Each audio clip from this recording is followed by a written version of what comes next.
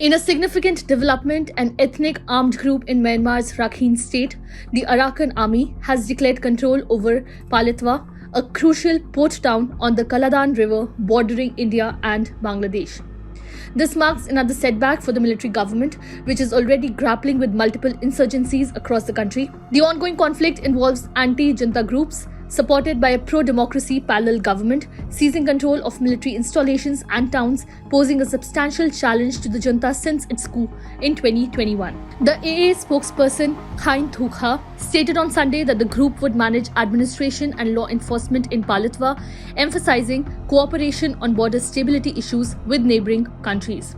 The military junta's spokesperson has not responded to the AA's claim, and independent verification is currently unavailable.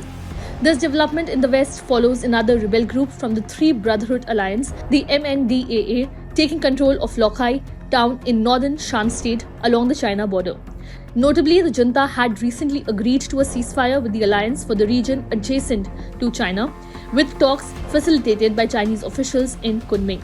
However, the rebel alliance reported on Sunday that junta forces were violating the ceasefire, launching attacks in several townships in Shan state. The situation reflects the complex and evolving dynamics of the conflict in Myanmar. Myanmar has been racked by violence that began after the army mounted a coup against an elected government of Aung San Suu Kyi in February 2021.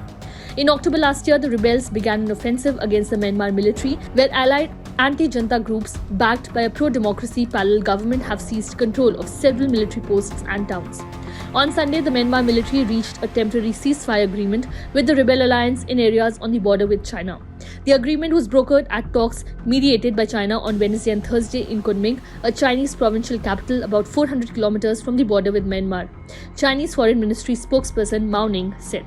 The alliance pledged not to attack encampments and outposts of the military government, which reciprocated by agreeing not to try to launch attacks using artillery and airstrikes, a statement by the rebel alliance said.